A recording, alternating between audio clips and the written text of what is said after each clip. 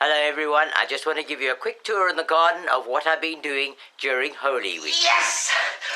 Please subscribe! I just want to show you some raised beds that I've been making on either side. I've lined the paths with these old bits of firewood stacked all over here.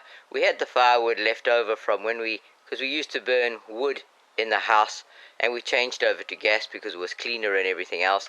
And so now we've got this wood left over, so I've used that to stack on the raised beds, and I think it'll be quite nice. It'll provide a beautiful sort of insect place for beneficial insects, and it's right next to the pond, and this will ensure an adequate supply of food for the fish that we're going to be putting into the pond. But I want to show you something else. Whilst preparing this bed that was close to my neighbor that had the bamboo in it from last year, I found an awesome surprise again. The bamboo had grown everywhere. And I mean everywhere. It had grown everywhere. It had grown in between the brickwork. It had grown up through this little hole over here. Over here. And when I pulled it out, I think it snapped inside, so I don't quite know where it goes. And then also down below here, it was growing from underneath that post. So what I'm going to have to do here is I'm going to have to sort of dig it a little bit deeper and cast a cement block around, and hopefully that'll stop the bamboo growing, because it's very, very invasive and very hard to get rid of. So that's a big job in line for me, which I must try and do sometime this week. This week I've also tried to go through and dig all my beds up, because at the end of last year, I put a layer of cow muck about 6 or 8 inches deep right throughout the entire garden, because the garden didn't really have enough organic matter. So I've done that now. A lot of it had rotted down, so I just wanted to go around and dig the beds to get the worms in deeper, and I think I've successfully done that now.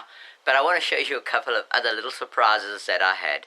Well, the one surprise I had is when I was moving my compost bins around, I had put in the one drum, in the one compost bin, a whole lot of cow muck, and I thought that it would decompose over the year, but when I opened it up, it certainly slumped.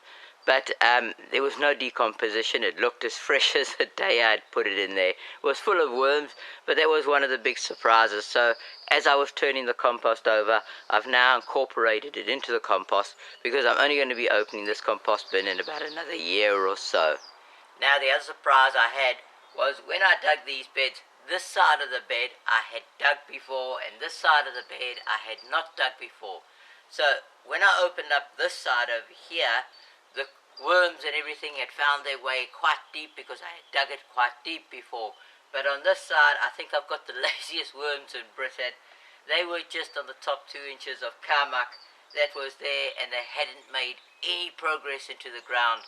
I know permaculture says if you put stuff on the top, the worms will eat it and take it into the ground.